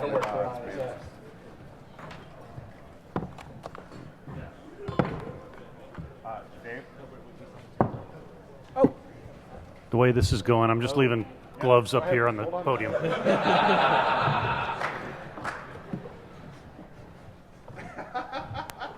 Well then. I would like to point out just for one moment that as much as my compatriots up here on stage take this Misogyny Network stuff seriously, I am the only one wearing a skirt.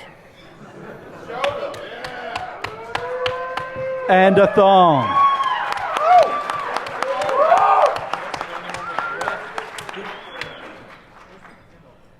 The more money you put in this bowl and or the waistband of my kilt. Oh, crap. The better you will be doing for the world and for our environment. I promise to keep some of my clothes on. There's not room. You know what? That's something in my favor, I think. All right. Whoa, we can feed HD to the monitors here? Cool. I did not plan for that. Thank God. That's not right. Why are you booing me? What have I done to harm you? Yeah, that's wrong. Anybody know how to fix that? 1024 by 768. Yeah, it's that I have to find the monitor panel thinger.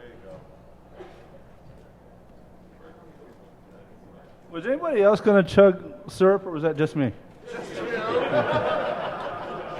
Yep, it's dead now. The rest of us are smart enough to say no. I didn't realize it was an option.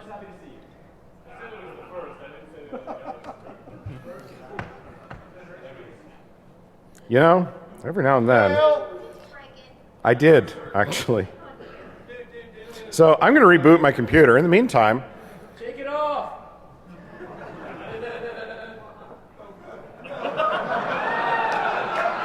My eyes are burning. you guys should know better than to suggest things. I might actually do them.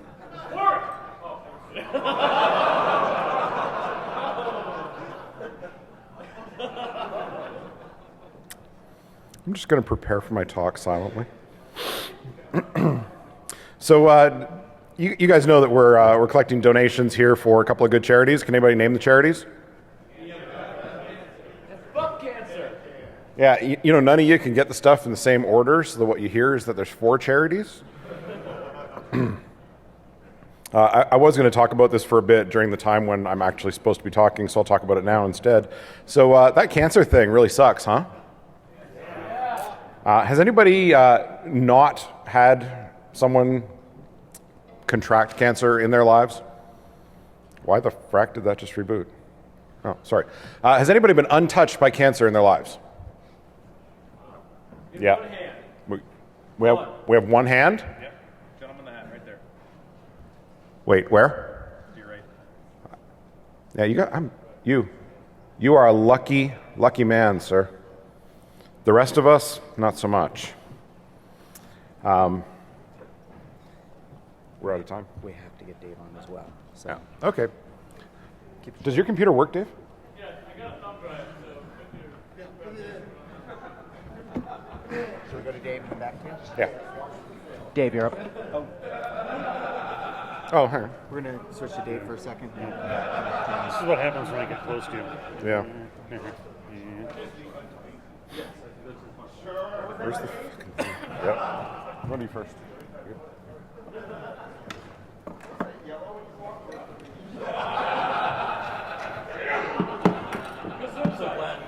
So I love following the cancer speech. Everything I say now just seems douchey.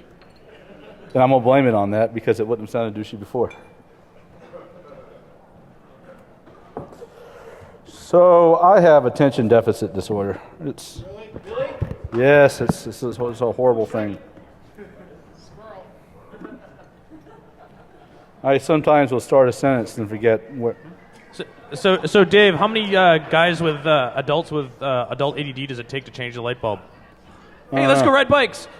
Okay.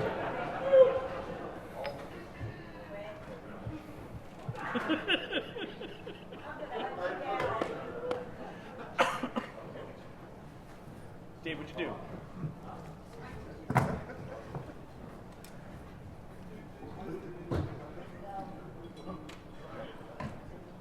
If he takes longer than me, then you know it's definitely not my fault.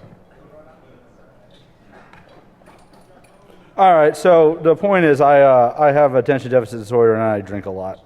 So I'm a perfect wife or a husband for somebody. Apparently, I can be a wife too.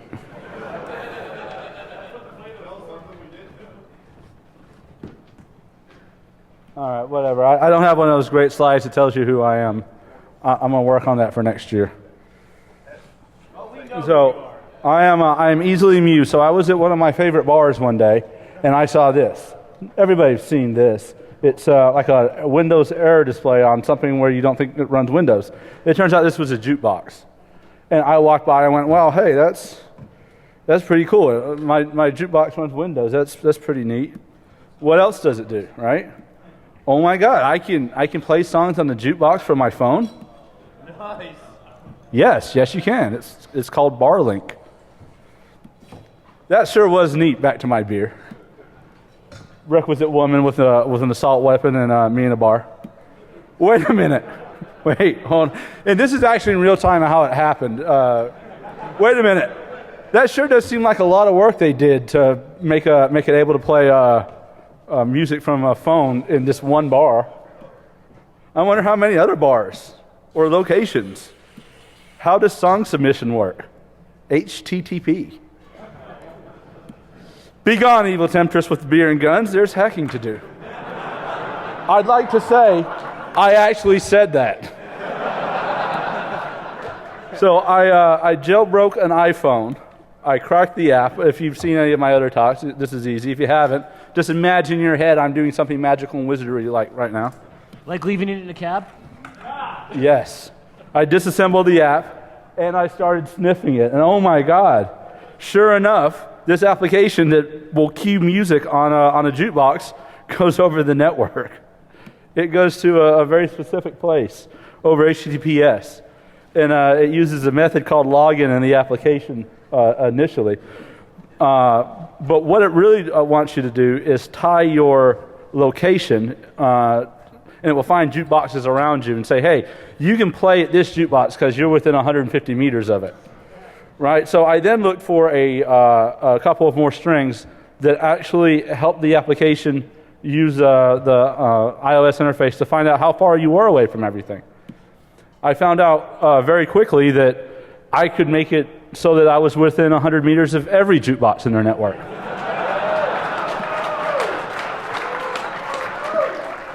So I have an iPod right here. Well, that was step 3. Step 1, I was going to collect underpants. Step 2, hack all the jukeboxes. That's what was left out of South Park. So this is actually a screenshot earlier of this iPod up in my room. You can see I'm here in Vegas, right? But the application It thinks I'm in Atlanta. I could, but why would you do that when you can play at Umbop places? We got step 2 covered for you. Is there a New Assurance underwear for men. You may have seen the commercial. I for you? have seen the commercial. Put them on. All right, Please? Let me Money? let me call Money? let me call somebody real quick. So we're going to basically, yes. So this application basically lets you play music on any of their jukeboxes.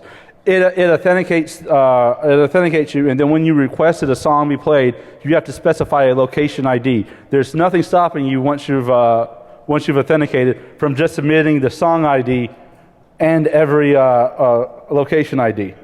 So I thought it would be really funny to make Hanson popular again.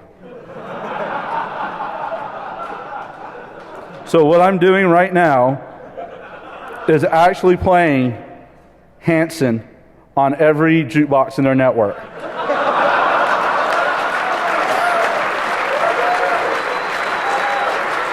I'm going to need you to quiet down for a second because we're going to call a bar and ask them why they're playing Hanson.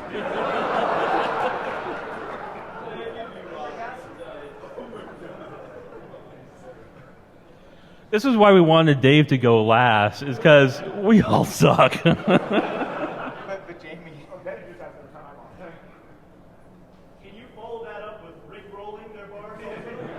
I can, but that just doesn't seem very original anymore.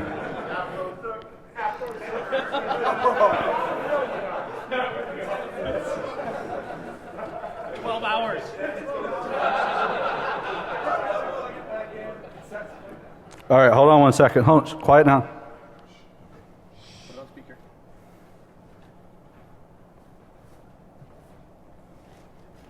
You're on AT&T, aren't you?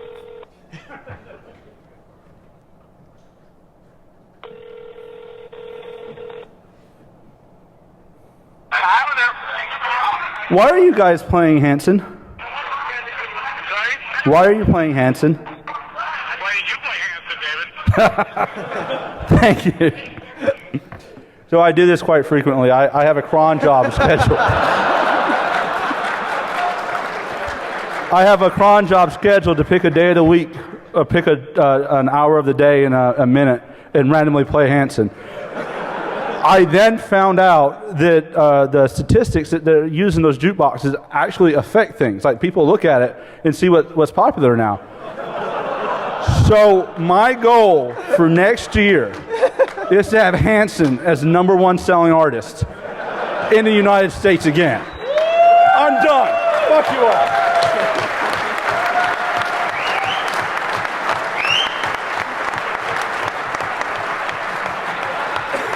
Oh, one more thing. If you look at this app really closely, it allows you to upload your own songs.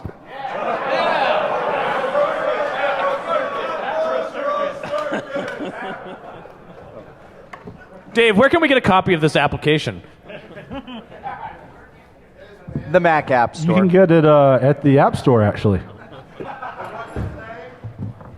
AMI's bar link. The unhacked one is.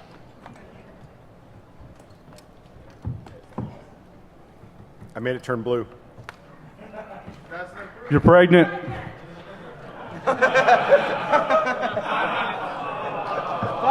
How appropriate for Misogyny Networks. I sure hope you're not asking for any maternity time off. Last waffle order, so get your waffle order in.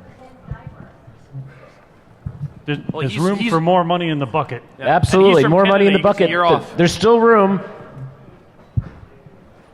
Thank you, Dan. I'm going.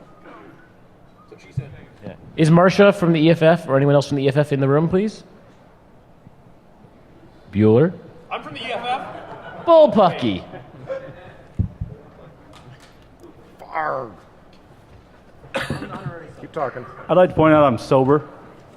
So I'd like to encourage everybody, Jamie, when he finishes getting his slides on, if it's before 7 p.m. or 8 p.m. this evening, that's Hacker Pyramid. Where's my freaking mouse? A number of people on the stage, a number of people in the audience will be on hacker pyramid tonight. We'll also be raising more money. And at some point, there's a special fail waffle iron that somebody made for us. It's really, really cool. And I did it's it! not here. You are truly a hacker, sir. You, sir, win 1 internet. Exactly. So I have to go really fast because apparently I only have like 4 minutes to do this. So keep. That's the best you can do? This is a Come on, really? brief travelogue of fail.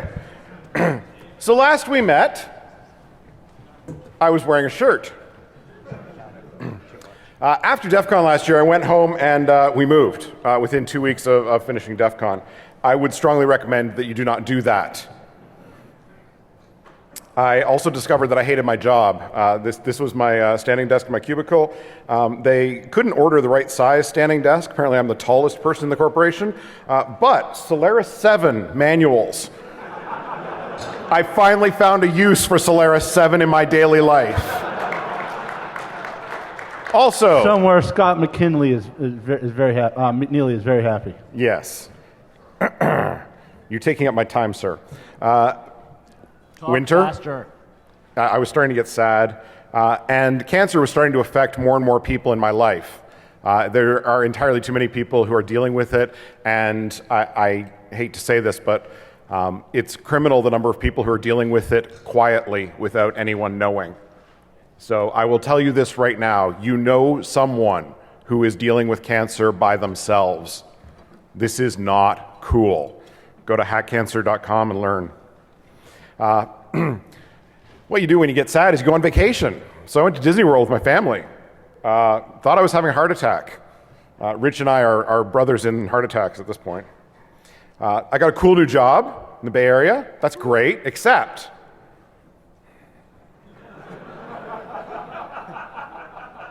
but there's this thing called the North American Free Trade Agreement that's supposed to allow labor mobility for professionals. So I applied, and I got a work permit. I was happy. But First time for everything. it expires. So you have to reapply. And I was denied.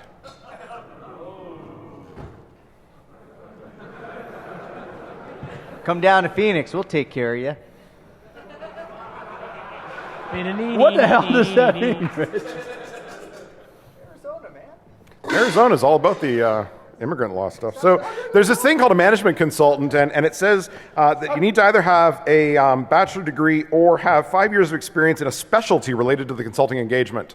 I have more than 5 years experience at this shit. In fact, I have a lot when you look at it, the full-blown version. I even am accredited. I can't believe you admitted that. And certifiable. But your government, those of you who are American in the audience, says that I need to be a computer systems analyst if I want to do what I do for a living because I use computers and I'm an analyst. Their suggestion was that I go to a community college and get a 2-year diploma. But wait. Haven't you seen what happens there? All kinds of wacky adventures. Like DEFCON. Right.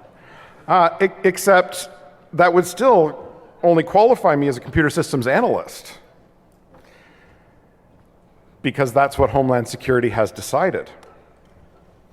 It's interesting, though, they can't seem to get their story straight, whether they want people who know their stuff or not. Because they're going to build a major cyber army in the next 2 years. And I'm married to an American. I mean, how harmless can I be? I only live in Canada for one reason. Marijuana? And frankly, my home office is equivalent to a cubicle. Whether I'm working in my home office in Canada or I'm working in a cubicle in Santa Clara, I get paid the same amount of money. There's a lot of cyber generals, cyber senators, and cyber congressmen who, yes, there is the one cyber warrior, I forgot. There seems to be a lot of this sort of cyber infection. And again, remember, I met my wife on IRC, and yes. I've only got 3 slides left. I wish that I was a cyber warrior. Many people dress up like this on the weekend and be cyber warriors. I just want to be a helpful soul and work on this stuff. So I'm going to keep trying, and we'll see you next year. We'll learn what happened. If you want to follow this amazing story, join us on Twitter, where you'll see me yell about crap. And I did it.